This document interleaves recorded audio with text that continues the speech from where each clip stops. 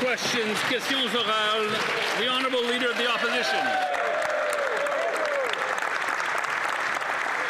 This Liberal government is doubling down on its insane ban on gas-powered vehicles. The latest Liberal overreach kicks in next year, and soon your favorite car, truck, and van will be illegal. But this mandate is already driving up prices. The average price of a new car is $67,000. Used cars are approaching $40,000, and this Liberal mandate will add an additional $20,000 per vehicle. They've already priced working Canadians out of the housing market. Why are they pricing working Canadians out of the ability to buy a vehicle as well? The Honourable Minister of the Environment and Climate Change. Mr. Speaker, first let's start with the facts, which is there is no ban on gas-powered vehicles. But more to the point, let's also say, once again, we're seeing the Conservatives talking down one of our most important industries, employing hard-working auto workers in our country at the very moment that we're facing terrorist threats from the United States. I find it rich that they are choosing to take this position instead of talking up a growing and important industry. We stand with our auto workers. Very good. Leader of the Opposition. There absolutely is a ban. It starts to come into effect next year, and it will absolutely devastate the auto sector here in Canada. The auto sector is already under fire from unjustified U.S. tariffs and the PM's inability to get a deal, but GM, Ford are all saying that this ban will kill jobs. In fact, a new report says that this ban on gas-powered vehicles will kill 90,000 auto jobs. Wow. Instead of sending even more jobs to the U.S., why not end the ban on gas-powered vehicles and let Canadians decide what kind of vehicle they want to buy? The Honourable Minister of the Environment and Climate Change. Mr. Speaker, it's nice to hear that they're finally recognizing that we're talking about an industry that's facing unjustified tariffs from the United States. Right. But let's also talk about how our auto sector is important. We need to support it in this moment. It's creating good-paying union jobs in our country. An EV standard actually makes sure that new electric vehicles are available to Canadians. They're cheaper to operate, they're cheaper on upkeep, and Canadians want to be able to have access. The Honourable Leader of the Opposition. You don't have to allow Canadians to buy one type of vehicle by banning their ability to buy the ones that they actually want. But, you know, this is raising a lot of questions. Canadians, auto workers, Ford, GM, they all don't want the EV mandate, but the Prime Minister is intent on pushing it through. Why? Well, right before becoming Prime Minister, he was chair of Brookfield, and he advocated for a ban on gas-powered cars. Brookfield is heavily invested in the EV supply chain, yet this Prime Minister refuses to reveal his financial interests or self-admitted conflicts. Isn't it true that this isn't about the environment, this is about the bottom line for Brookfield? The Honourable Minister for Artificial Intelligence. We're in a trade war launched by the United States that's targeting our auto workers and our auto sector. Make no mistake, we will fight for every job and every worker. We have invested in the auto sector, including the EV sector, to build good jobs in places like St. Thomas, where the Amino Corp is employing people. This government will always invest in workers and make sure that the auto industry is growing, resilient, and successful. The Honourable Member for Charlebourg, Haute-Saint-Charles. Mr. Speaker, every time this Liberal government proposes new environmental measures, it's either a tax or a requirement. They want to ban the sale of gas-powered vehicles, which will cost Canadians 50,000 jobs. They want to punish Quebecers who choose a gas-powered vehicle by imposing a $20,000 price hike, even though they know the average price of a new car is already $67,000. Why does the Prime Minister want to take away Canadians' choice? The Honourable Minister of the Environment. Mr. Speaker, let's begin by saying we're not banning those vehicles. Secondly, in Quebec, in his riding, there are already regulations to ensure that Quebecers have access to EVs. So even in his riding, there are already regulations in place. The Honourable Member for Charlebourg, Haute-Saint-Charles. I'd like to tell the Minister that in Quebec, people are already saying this won't work. The banning gas-powered cars after 2035 won't work. It's a question of choice, not control. What we're seeing is the Liberal government trying to control Canadians, but many people can't afford or can't use or simply don't want an EV. Tell someone in northern Quebec who wants to go hunting or fishing or into the woods, how are they supposed to do that with an EV? It's impossible. So forcing Canadians is not the right way to go. The Honourable Environment Minister. Mr. Speaker, once again, we are not requiring people to buy EVs, and we are not banning combustion engine vehicles. But EVs are less expensive to buy and to maintain, and Canadians want access to EVs. So why do they not want Canadians to have that choice? Député de Charles. The Honourable Member for Charlebourg, Haute-Saint-Charles. Mr. Speaker, that government has already tried to control Canadians' lives through the carbon tax for years. What has the new Prime Minister done? He scrapped the carbon tax because he knew it wasn't working. We're asking for the same thing here. Stop forcing Canadians to buy EVs. They want gas-powered vehicles. They want the choice because gas cars work for them. And once again, the Liberals are making it too expensive for people to afford things because of their ideology. The Honourable Minister of the Environment and Climate Change. Mr. Speaker, this is absurd. It's whatever, anything and everything that we're hearing from the other side. Once again, we are going to help our auto industry workers if the Conservatives don't want, if they're saying that our cars are not good enough, that's their choice. But on this side of the House, we will defend our auto industry. The Honourable Member for Belleuil-Chambly. Mr. Speaker, the theme of the election campaign was a terrible crisis, a trade war, and a tariff war, and the next day, poof, we hear nothing more about it. The Prime Minister was supposed to meet President Trump in Washington, and all he came back with was nothing much. And yet significant concessions have been made around tariffs and the border and defense. And then the Prime Minister has come back from the G7 empty-handed. Are workers supposed to be satisfied with a 30-day wait-and-see period? The Honourable Minister of Intergovernmental Affairs and U.S.-Canada relations. Mr. Speaker, the Prime Minister and the U.S. President had a meeting that was constructive in Kananaskis. In connection with the G7, they discussed a number of topics. Obviously, the priority for us was to talk directly with Trump on tariffs and precisely as my colleague just indicated, the impact on the economy and workers in Canada. We wanted to discuss that. And also the impact on the U.S., on their economy and their workers.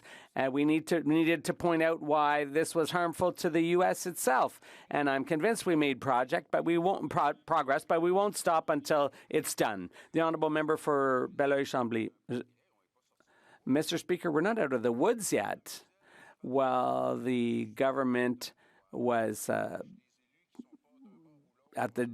preoccupied with the G7, there's been time allocation here. No, there's no debate. Nothing's happening with the trade war. All we're talking about here is oil. But C5 has nothing to do with trade, nothing to do with tariffs in the foreseeable future. Will the government, have the government and the Prime Minister got their priorities in the wrong place?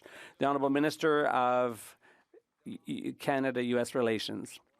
Mr. Speaker, on the contrary, this bill, the purpose of it is specifically to counter the tariff, the threat of the tariffs and the threat to our economy. During the election campaign, the Prime Minister was crystal clear. We are going to build major projects in Canada. We're going to do it the right way, respecting environmental standards in partnership with First Nations and the provinces and territories. I know our Bloc friend is perhaps not happy to see us working with the provinces and territories to do great things in Canada, but that's exactly what we're going to do. L'honorable The Honourable Member for Belleuil-Chambly. we need to stop starting our sentences that way. C5 will have no positive impact on the Canadian economy, but it will have a huge impact on the public purse. It will have no impact on the trade war, no impact on the tariffs, and no impact on Canadian output. Can people stop taking Canadians for fools and admit that C5 is the Prime Minister's business plan and that it runs counter to the interests of Quebec workers? The Honourable Minister of Transport and Internal Domestic Trade. Mr. Speaker, I have a lot of respect for my colleague from the Bloc, but I can't agree with the idea that C5 will not assist the Canadian economy. Experts who've studied the impact of free trade within Canada have found that this will add $200 billion to the Canadian economy, and that our GDP will increase by 2% and 4%. That's a huge impact, Mr. Speaker. Saskatoon West. Mr. Speaker, in Saskatoon, winter temperatures often hit minus 30 degrees, so families need vehicles that actually work in the winter. But this Prime Minister, backed by his radical Environment Minister, is doubling down on Justin Trudeau's plan to ban gas-powered cars and force Canadians to buy expensive EVs that don't stand up to the cold. His plan will hike car prices by $20,000 and leave families stranded. It's out of touch, it's unaffordable, and it's anti-choice. Will the Prime Minister stop punishing Canadians for living in a cold country and repeal his unscientific, job-killing electric vehicle mandate now? The Honourable Minister of Artificial Intelligence Mr. Speaker, and we're Digital in a trade war Innovation. launched by the U.S., as we know. The auto sector is already under attack. Let's hope that my colleagues join us in not attacking the auto sector, but in supporting jobs across the auto sector in all forms and making sure that our communities remain strong in that industry. Thank you, Mr. Speaker. Honourable Member for Saskatoon West. That's exactly what this government is doing. It's attacking the auto sector. Our supposedly elbows-up Prime Minister promised to get tough with the U.S., but these unjustified tariffs will kill 50,000 Canadian auto sector jobs. And while he's bungling the trade talks, his self-imposed ban on gas-powered cars will gut another 40,000 jobs. The combination of these two failures will be disastrous for our auto industry. That's 90,000 jobs gone. Poof. Will the Prime Minister admit his failures are killing our auto sector and instead finally stand up for 90,000 Canadian jobs? The Honourable Government House Leader.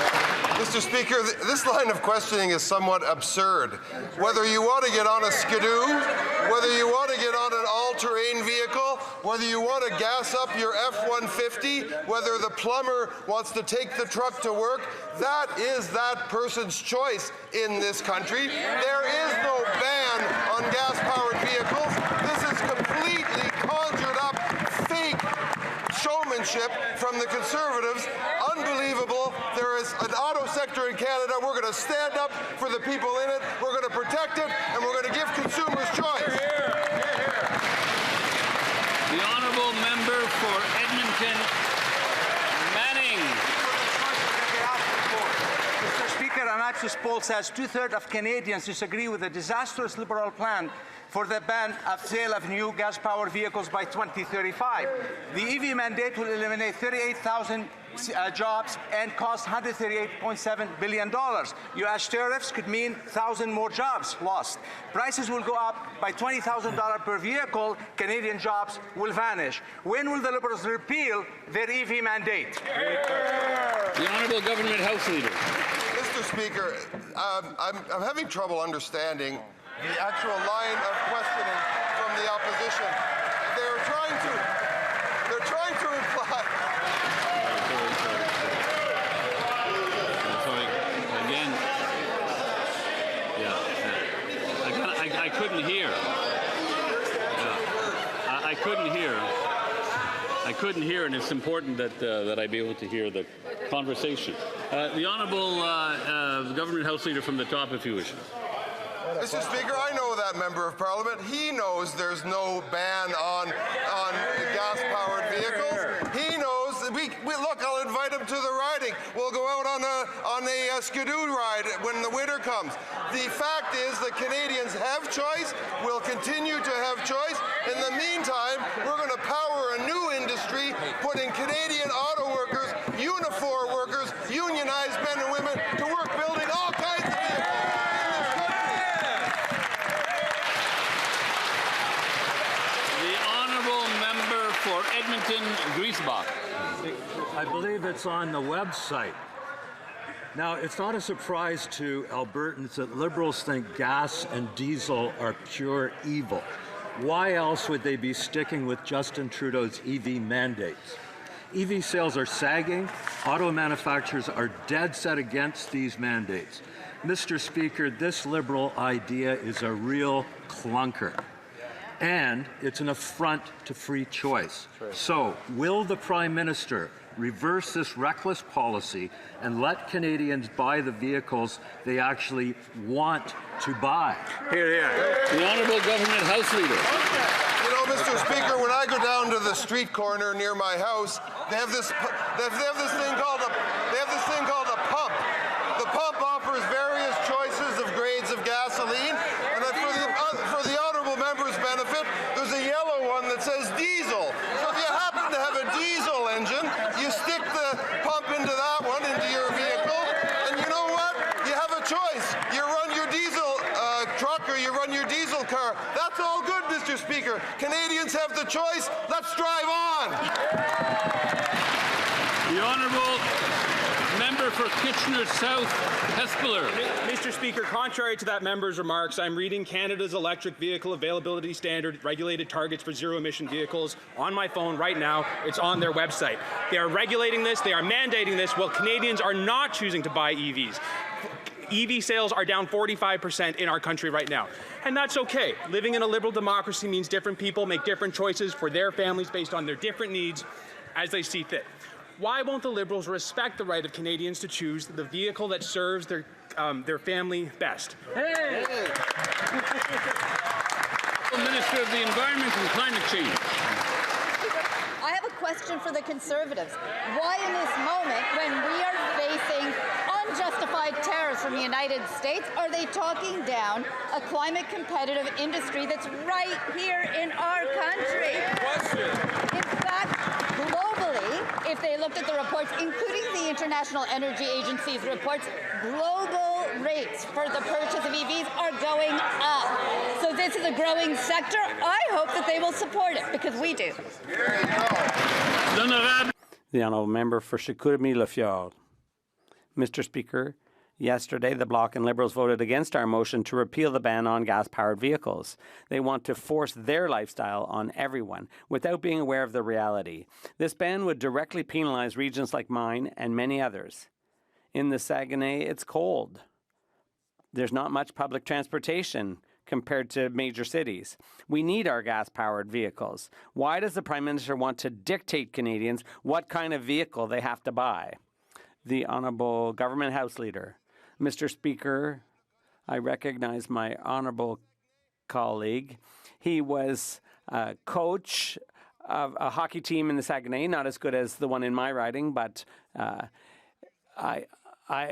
I think he's breathed in the air of a Zamboni. And a Zamboni, there are gas-powered ones, and there are natural gas-powered ones, and there are electric Zambonis. There's a choice of Zambonis, and consumers need to have a choice too, Mr. Speaker. It'll work well for everyone. The honourable member for Chicoutimi-Le-Fjord. Do you know that the average price of a new car is already $66,000? The Liberal mandate to tax gas-powered cars will increase the price by $20,000. Saguenay residents need the freedom to choose the vehicle that meets their needs at an affordable price, and they can't be forced to drive an EV. We need our gas-powered pickup trucks to go into the woods and work, and we want to be sure we can get home at night. Will the Liberals and the Bloc keep undermining our regions? The Honourable Government House Leader. Not only, Mr. Speaker, will we not undermine our regions. We will build our regions. We will build regions like Bécancour, where the auto industry has now expanded and we're electrifying transportation. Colleagues across the way, there's a guy in Queen's Park. His name is Doug Ford. He supports electric vehicles. He supports an automobile industry in Ontario and across Canada. I suggest maybe they give Doug Ford a call, see what he thinks about EVs. The honourable member for Mirabel. Mr. Speaker, the Liberals and the Conservatives all voted to make Quebecers pay $814 million in fake carbon rebate checks to Canadians. This was confirmed by the Parliamentary Budget Officer, who said the funds would clearly come from the Consolidated Revenue Fund. What's worse, Quebecers will have to keep paying. As the PBO said, it's clear that we're paying interest on this because in a deficit situation, every additional expenditure results in additional borrowing. Mr. Speaker, why are the Liberals and the Conservatives stealing from Quebecers?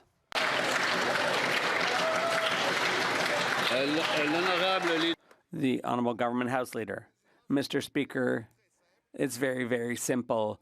Quebec did not participate in the carbon tax for consumers. The rebate is for, it's an adjustment for communities and provinces that did have the carbon tax for consumers. Quebec was not a part of that, and so the rebate doesn't apply to them. The honourable member for Mirabel. Mr. Speaker, people sometimes ask, what good is the Bloc Québécois? Well, at the very least, it's good to have members of Parliament who don't steal $814 million from Quebecers so they can cut checks to Canadians. There are now 44 Liberals from Quebec, all of whom voted to steal from Quebecers. Just like the 11 Conservatives from Quebec, they all rejected the National Assembly's unanimous demand to pay the money back to Quebec. Clearly, they don't stand up for Quebecers. So the real question is not what good is the Bloc, it's more like what good are those other guys? The Honourable Minister of the Environment and Climate Change. Mr. Speaker, it's very simple. The the carbon tax did not apply in Quebec, and so the rebate didn't apply either. It's quite simple. Honourable member for Hastings, Lennox and Addington. The CMHC released May's housing starts, and predictably for this government, the outlook is not good. In Belleville, starts are down over 50 points, and in Toronto, nearly 60%. This minister's staggering ignorance of the plight of everyday Canadians is not surprising when you remember that he's not only stuck up in his ivory tower here in Ottawa, but sitting on a massive $10 million real estate portfolio. Shame. Mr. Speaker, why is this housing minister telling young Canadians that home prices don't need to go down? Is he unable or unwilling? The Honourable Minister of Housing and Infrastructure. Thank you, Mr. Speaker. On this side of the House, we are well aware of the challenges Canadians have with housing affordability. That's why they elected us to represent them and drive the pace of housing construction in Canada. That's what we will do. That's what we will deliver. We've already delivered on the GST break for first-time home buyers. We're going to take it farther and faster. Thank you, Mr. Speaker. The Honourable Member for Hastings, Lennox and Addington.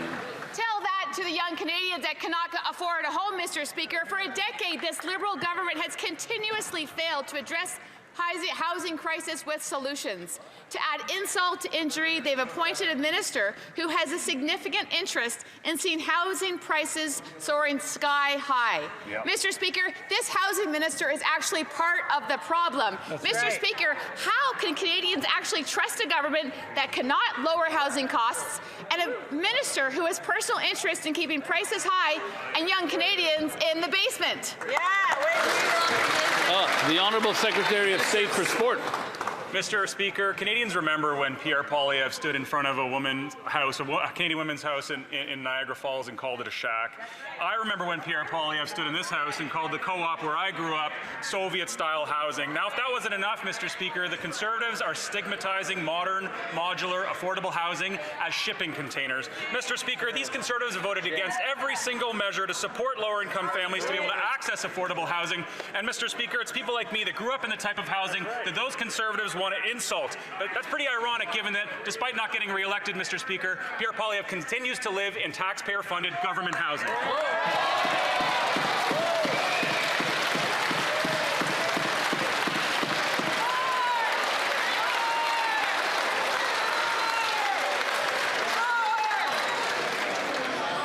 honourable member for Calgary-Crowfoot. Mr. Speaker, under the Liberals, we've become a country with two kinds of families, those that already own real estate and those that likely never will. But media reports that the housing minister owns real estate worth millions of dollars while he tells Canadians who can't afford a home that prices must not fall. Will this minister and former mayor of one of the most unaffordable places on earth admit that his government spent a decade driving up housing prices and apologize to Canadians for crushing their dreams of home ownership? The Honourable Government House Leader. Mr. Speaker, this minister has stood up and articulated and represents policies that we debated in an election campaign that will create hundreds of thousands of new homes for Canadians. In the meantime, he will of course be in compliance with the very strict ethics code and regulations that we all live under in this House of Commons, and doubting the contrary is frankly unseemly on the part of the member. The Honourable Member for Calgary-Crowfoot. Well, Mr. Speaker, after 10 years of driving prices up, housing supply has never been worse. According to CMHC, housing starts are down 10% in Vancouver, down 58% in Toronto, down 51% in Hamilton, and down 71% in London. And all these cities receive funding under the Liberals' so-called Housing Accelerator Fund, and their housing starts are falling. Why is this minister protecting real estate investors instead of giving hope to millions of Canadians locked out of home ownership by this government? The Honourable Minister of Housing and Infrastructure. Thank you, Mr. Speaker. Well, the member needs to check the facts. The housing starts across Canada are up almost 280,000 apace this year, which is almost record level. Mr. Speaker, we've been building at strong pace this year and last. We're seeing unprecedented levels of rental housing being constructed for the first time in decades. Yep. This government is delivering, and we will take it farther. We will double the rate. Thank you. The Honourable Member for Battleford's Lloydminster Meadow. Mr. Speaker, the housing minister is part of the problem. He said that housing prices do not need to come down. And now we know why. He has $10 million real estate portfolio, including 3, not 1, 2, but 3 luxury properties. Housing costs have doubled under these Liberals, putting home ownership out of reach for more and more Canadians. How can he sit in his Vancouver penthouse and tell young Canadians that are priced out of the market that prices don't need to come down? Honourable Secretary of State for Sport. Thank you very much, Mr. Speaker. There's an old saying about people in glass houses. Well, a lot of those Conservative members also have quite a few investment properties. They rent out their units, Mr. Speaker. But another thing, Mr. Speaker, I just want to reiterate that their leader, Pierre Poilievre, didn't get re-elected, and he continues to live in taxpayer-funded government housing. What's clear, Mr. Speaker, is any time those Conservatives have an opportunity to support lower-income or vulnerable families and their access to truly affordable housing, they vote against every single measure. The Honourable Member for Pickering, Brooklyn. Mr. Speaker, earlier this month, I had the pleasure of attending the Seniors Month celebration in my riding of Pickering, Brooklyn. This event brought together dozens of local seniors for an afternoon filled with live music, dancing, light refreshments, and the presentation of Senior of the Year award. It was a vibrant testament to the vital role seniors play in enriching our community. Seniors are the backbone of our town, serving as volunteers, caregivers, and lifelong contributors. So I asked Mr. Speaker to the Secretary of State for Seniors, what is our government doing to ensure seniors, especially those on fixed income, can age with dignity, security in communities like mine and across? The Secretary of State for Seniors. Member for her advocacy. Mr. Speaker, our government is committed to ensuring that seniors can age with dignity. We have introduced several initiatives that are making a real difference in the lives of seniors. We have provided an OAS increase of 10%, increased the guaranteed income supplement for low-income seniors, made dental care available to seniors age 65 and older, and invested in projects under the New Horizons program. We will continue to work with provinces, municipalities, and community partners to ensure that every senior from Pickering to Vancouver Island has what they need to thrive. The Honourable Member for Kamloops, Thompson, Nicola. 5 to 7 grains of salt, 0.2 milligrams. That's how much fentanyl it takes to kill somebody. So, Mr. Speaker, it's no surprise that Canadians would be shocked when somebody who had 24 grams of fentanyl, enough to kill thousands of people, was sentenced to house arrest. Who do I blame? Again, not the judge, not the prosecutor, not the defense lawyer. I blame these Liberals for their lack of action, for passing Bill C-5. So when will they finally legislate so that people who traffic fentanyl can't serve their sentence on the couch? The Honourable Minister of Justice.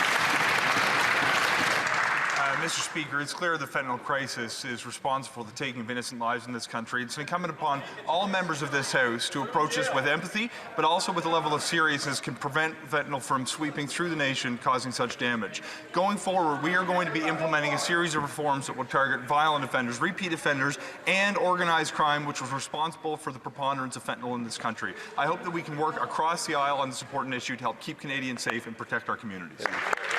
Member for Kamloops, Thompson, Nicola. Mr. Speaker, that all sounds great. Unfortunately, that minister voted for Bill C-5 that took away mandatory minimums for people serving their sentence for fentanyl trafficking, for gun trafficking, for extortion with a firearm. Fentanyl is killing people, brothers, sisters, mothers, fathers. So will that minister look into this camera, Mr. Speaker, and tell people whose children are victims, people who have died from fentanyl, will he look into that camera and tell them that he will legislate to end this insanity? The Honourable Minister of Justice. Mr. Speaker, it's essential that we approach this level with the seriousness with which it deserves, including respect for decisions that have come from courts in this country. As we move forward, we're going to work in a manner that will ensure serious crimes will be treated seriously and serious offenders will be punished seriously. Mr. Speaker, I hope we can avoid turning something as serious as the fentanyl crisis into a partisan issue for political gain, and instead work to advance measures in a collaborative manner to help protect Canadians, their families, and communities in every region of this country. Honourable Member for Elgin, St. Thomas, London South. A worker at a so-called safe injection site in Toronto helped someone literally try to get away with murder. Her sentence was a house arrest sentence with educational programming and daily trips to the gym. Par for the course from these lawless Liberals who care more about criminals than victims and think bail should be as easy to get as free drugs. So when will these Liberals stop ignoring pleas from Canadians to fix the justice system and clean up the streets? The Honourable Minister of Justice. Mr. Speaker, it is beyond reprehensible that a member of this House would accuse another member of caring more about criminals than Canadians. We should be able to work together to certainly punish wrongdoers, but also give law enforcement the tools that they need to keep their community safe. We have been giving tools to law enforcement, so we don't only punish wrongdoers after a crime has been committed, but we prevent it in the first instance. I want to thank the law enforcement officials who've been in the news recently for the various busts that they've been responsible for bringing people to justice. I hope we can work together across partisan lines to advance important reforms to the criminal justice system later this year that will help further protect our communities. Honourable Member for Elgin, St. Thomas, London South. If the minister doesn't want to be criticized for caring more about criminals than victims, he should look at his own government's record. Mr. Speaker, the Liberals adjourned the Justice Committee meeting yesterday after 16 minutes to start their summer vacation without tabling or discussing a single motion or bill related to justice. Violent crime is up 50%. Opioid overdose is up 200%. Health officials in my riding are warning about carfentanil on the streets of Elgin County. People are dying and those responsible are walking free. When will these Liberals table the crime bill and focus on that instead of their summer break? The Honourable Minister of Justice. Mr. Speaker, I don't know if the member's eyes betray him, but we are here and ready to work to advance reforms to protect our community. Yesterday, at the Justice Committee, though the accusation is there was an attempt to get home early for summer, what actually happened was a Conservative member was seeking to advance reforms that would have made it easier for people who've been charged with intimate partner violence to get out on bail. I think that is a bad idea, Mr. Speaker, and I'm willing to stay here and work to protect the victims of intimate partner violence and to advance reforms that will punish wrongdoers. Once again, it is not about caring more about criminals than Canadians, but it seems that member cares more about his social media clicks than he does about advancing. The honourable member for Markham, Unionville.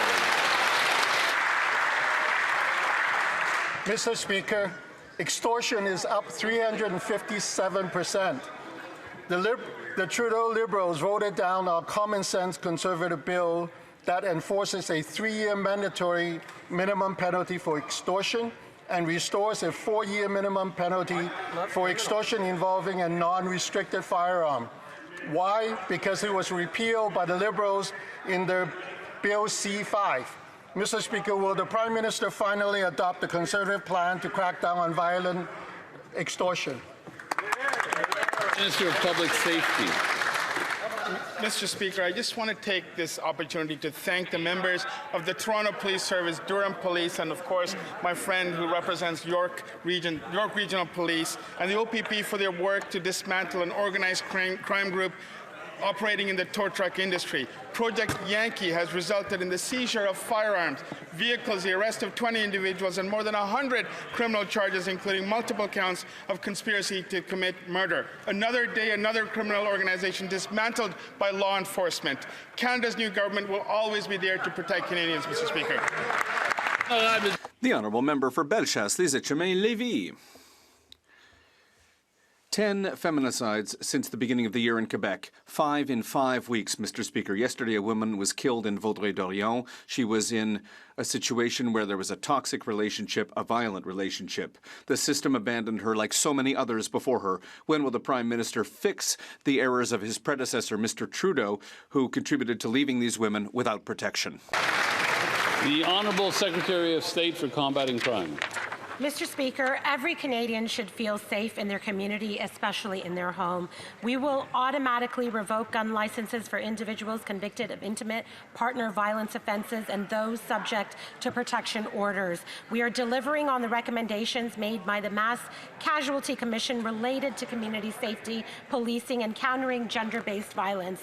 The implementation of the National Action Plan to combat gender-based violence continues to support the work of building a Canada free of gender-based violence that supports victims, survivors, and their families, no matter where they live. The honourable member for Bellechasse, Les Etchemins-Lévis. The facts are the facts, Mr. Speaker. Under the Liberals, violence against women keeps going up. By maintaining Justin Trudeau's bills C-5 and C-75, this government is choosing to protect criminals instead of victims. In the meantime, women are living in fear. This government needs to look at itself and understand that it is responsible for the problem. When will the Prime Minister act, change these laws, and ensure the safety of all women in Canada, Mr. Speaker?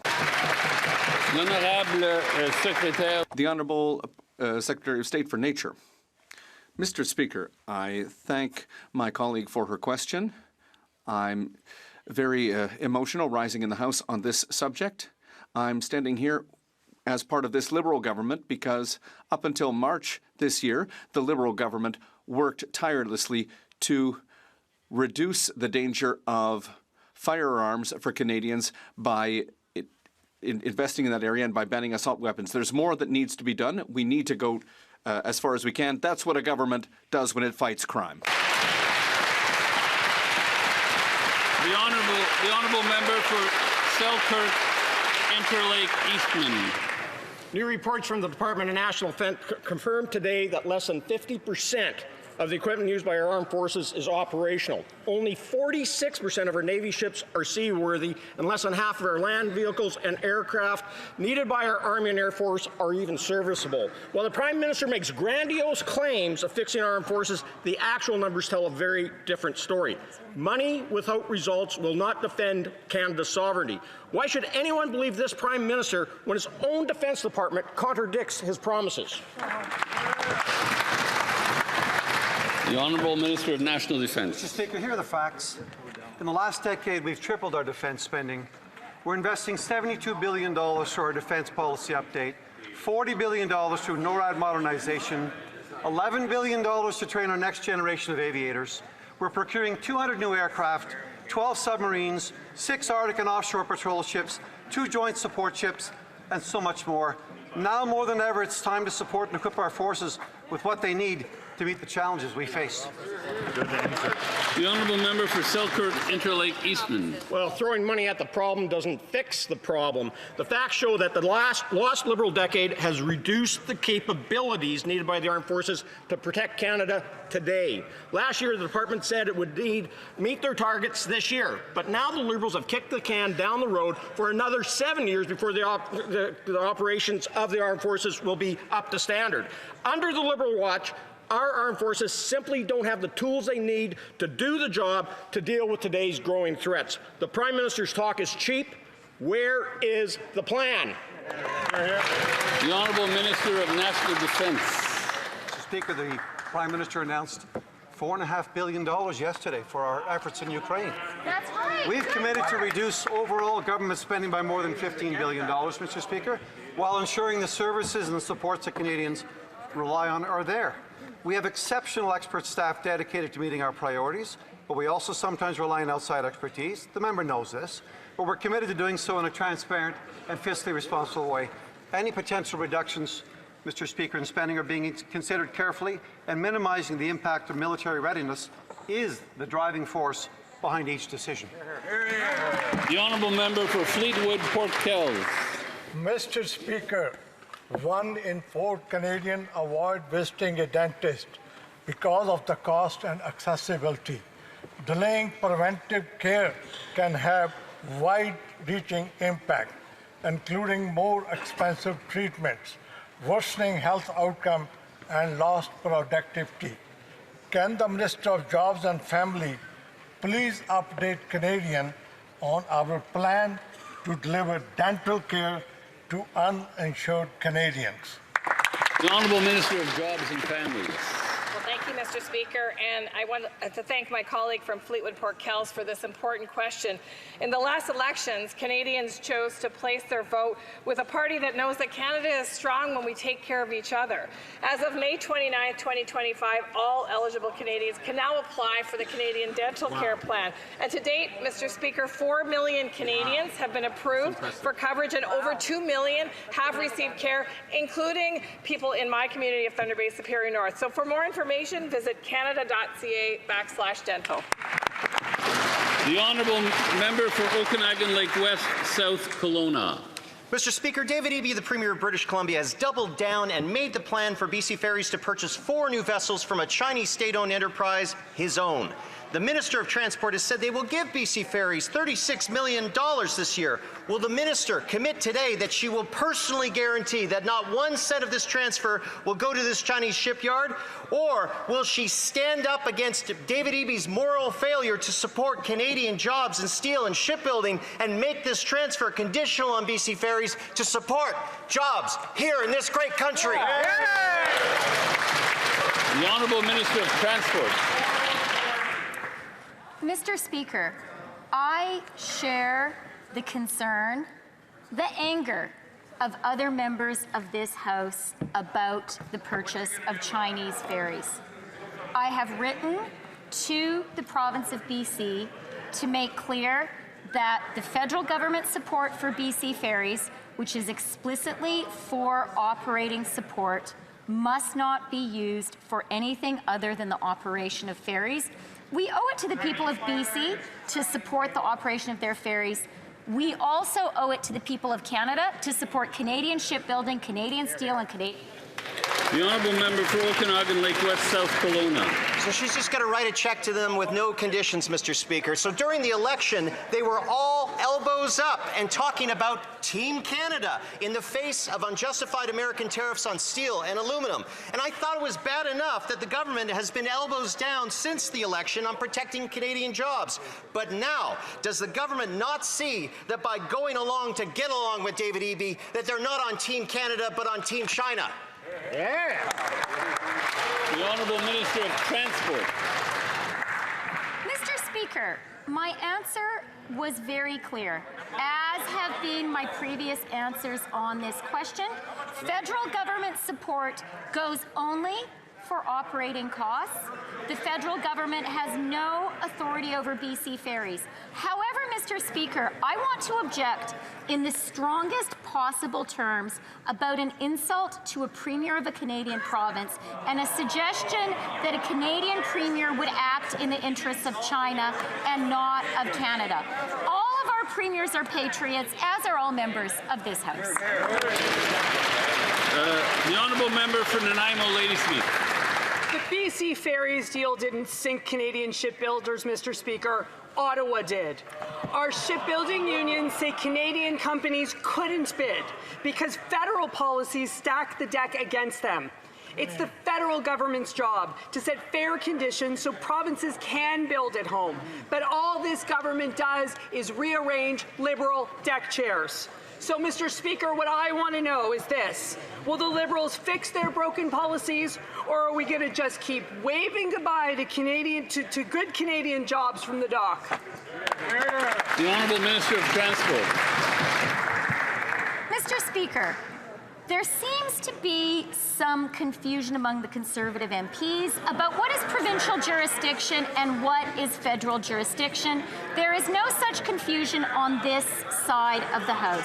Having said that, Mr. Speaker, I want to inform all members of this House that I have instructed all of the entities under control of transport to buy Canadian, and where that is not possible, to buy reciprocally from free trade partners who give Canada access to their government procurement. That's what we should all be doing at all levels. The honourable member for Mississauga Lakeshore. Earlier this week, Peel Police announced the outcome of Project Outsource, an 11th-month project that has led to multiple arrests connected with extortions, shootings, and fraud. This affects my community and others. Can the Secretary of State for Combating Crime speak to the actions that the government is taking to crack down on organized crime, protect our streets, and keep Canadians safe? The Secretary of State for Combating Crime. Mr. Speaker, allow me to thank the honourable member from Mississauga Lakeshore for his question, and to thank Chief Nishan Duriappa, who's here in Ottawa today to collaborate with our new government on public safety, and to thank the dedicated officers of Peel Police who, through Project Outsource, have dealt a significant blow against criminal networks responsible for intimidating and harming members of our community. The Strong Borders Act is giving police across the country the tools needed to replicate the success of Project Outsource. Organized crime should be on high alert. Canada's new government will do what it takes to dismantle their network, seize their guns, freeze their cash. The honourable member for Windsor West. Mr. Speaker, as a retired police officer who has served on the front lines for nearly 3 decades, I have seen firsthand the damage violent criminals can do, especially when the justice system fails to hold them accountable. Today, extortion is up nearly 400%, and that is not a coincidence. The Liberals repealed mandatory minimums and gutted the Bail Reform Act. They even voted down a Conservative bill to restore serious penalties for extortion involving firearms. My former colleagues are working the front lines begging for help. Will the Prime Minister finally listen and adopt the Conservative plan to crack down on violent crime? The Honourable Minister of Justice. Mr. Speaker, first let me acknowledge and thank my honourable colleague for his years of service to promote public safety in this country.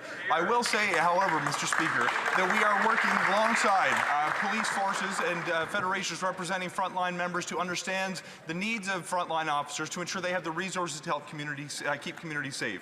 In addition, we are moving forward with a series of reforms that are going to strengthen sentencing regimes for violent repeat offenders, as well as addressing needs of the bail system, particularly targeting home invasions, human trafficking, auto theft, and other offences related to organized crime. Mr. Speaker, I'm happy to work with that honourable member and benefit from his experience as we advance these important reforms.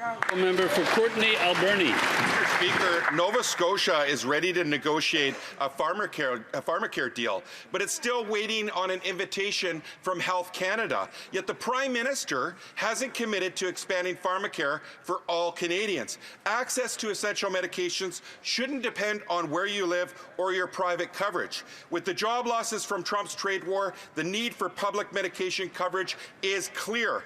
Will this Liberal government commit to delivering universal pharmacare for all Canadians. The Honourable Minister of Health. Mr. Speaker, I would like to thank the member from the opposition for his question, and I can assure him that we are working closely with the provinces and territories to give the best healthcare system possible to Canadians. And that is the end of question period.